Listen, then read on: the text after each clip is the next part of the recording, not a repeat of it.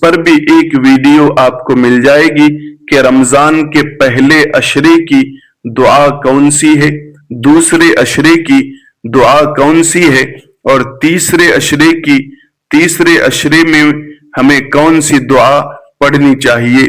تو یہ جو رمضان کا مہینہ ہے یہ خاص مہینہ ہے، ہمیں اس میں خوب اللہ تبارک و تعالی کی عبادت کرنی چاہیے، اور اس رمضان المبارک ہم نے اللہ تبارک و تعالی کو راضی کرنا ہے، اور یہ نیت کرنی ہے کہ اے اللہ میں اس پورے رمضان المبارک میں ایک بھی گناہ نہیں کروں گا، میں پوری کوشش کروں گا کہ گناہوں سے بچنے کی، اے اللہ تو مجھے گناہوں سے محفوظ فرما، مجھے گناہوں سے بچا اور مجھے گناہوں سے بچنے کی توفیق عطا فرما۔ تو یہ جو ہے ہم نے کام ضرور کرنے ہیں، چاند بھی دیکھنا ہے، چاند دیکھنے کی دعا بھی پڑھنی ہے، اور اچھی اچھی نیتیں بھی کرنی ہے، اور یہ بھی ذہن نشین کر لیں کہ رمضان المبارک کا چاند دیکھنا صرف ایک رسم اور رواج نہیں ہے، بلکہ چاند دیکھنا یہ عبادت کا آغاز ہے۔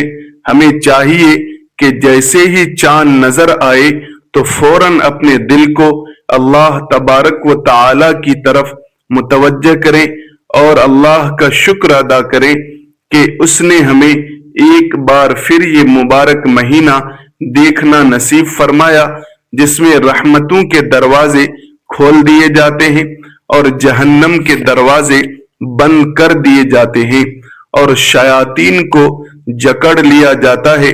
یہ مہینہ خود کو بدلنے کا ایک بہترین موقع ہے، اس لیے چاند دیکھتے ہی یہ عزم مصمم کر لینا چاہیے کہ اس بار ہم اپنی زندگیوں میں انقلاب لائیں گے، بدلاؤ لائیں گے، اور تلاوت قرآن پاک کا کثرت سے اہتمام کریں گے، کیونکہ رمضان اور قرآن کا آپس میں گہرا تعلق ہے۔ ہمیں چاہیے کہ ہم اپنی سحری اور افطاری کے اوقات کو بھی عبادت میں گزاریں اور لا یعنی باتوں سے پرہیز کریں۔ یہ مہینہ صبر کا مہینہ ہے اور غم خواری کا مہینہ ہے، اس میں ہمیں اپنے ارد گرد کے غریب اور مستحق لوگوں کا بھی خیال رکھنا چاہیے تاکہ وہ بھی خوشیوں میں شریک ہو سکیں۔ یاد رکھیں کہ ہر نیکی کا اجر اس مہینے میں 70 گنا تک بڑھا دیا جاتا ہے، لہذا صدقہ اور خیرات کی بھی نیت کریں اور اپنی زبانوں کو ذکر الہی سے ہمیشہ تر رکھیں تاکہ جب یہ مہینہ رخصت ہو تو ہمارے پاس نیکیوں کا بھاری ذخیرہ موجود ہو اور ہم اللہ کے محبوب بندوں کی فہرست میں شامل ہو سکیں۔ اللہ تبارک و تعالی ہمیں اس رمضان کی تمام برکات سمیٹنے کی مکمل توفیق عطا فرمائے اور ہماری تمام خطاؤں کو معاف فرمائے۔ ناظرین، اس سال یعنی 2026 کے اس بابرکت مہینے کو غنیمت جانیں اور ہر لمحہ اللہ کی رضا کے لیے وقف کر دیں، کیونکہ زندگی کا کوئی بھروسہ نہیں اور یہ مبارک گھڑیاں پھر نصیب ہوں گی یا نہیں، یہ صرف اللہ ہی جانتا ہے۔ اس لیے آج ہی سے اپنی ترجیحات درست کریں اور اس پیغام کو خیر خواہی کی نیت سے پھیلائیں تاکہ آپ بھی اس نیکی کے کام میں برابر کے شریک ہو جائیں۔ رب تعالی سے دعا ہے کہ ہر اچھی باتوں پر عمل کرنے والا بنائے، رمضان المبارک کے روزے مکمل اور مستعدی کے ساتھ رکھنے والا بنائے۔ اللہ رب العالمین سب کو صحت اور تندرستی عطا فرمائے، نماز کا پابند بنائے۔ ناظرین کرام، ویڈیو اچھی لگی ہو تو اس پیغام کو اپنے دوستوں تک شیئر کریں، چینل کو سبسکرائب کریں، بیل آئیکن کو دبا دیں، لائک کریں۔ جزاکم اللہ خیرا کثیرا۔ السلام علیکم ورحمۃ اللہ وبرکاتہ.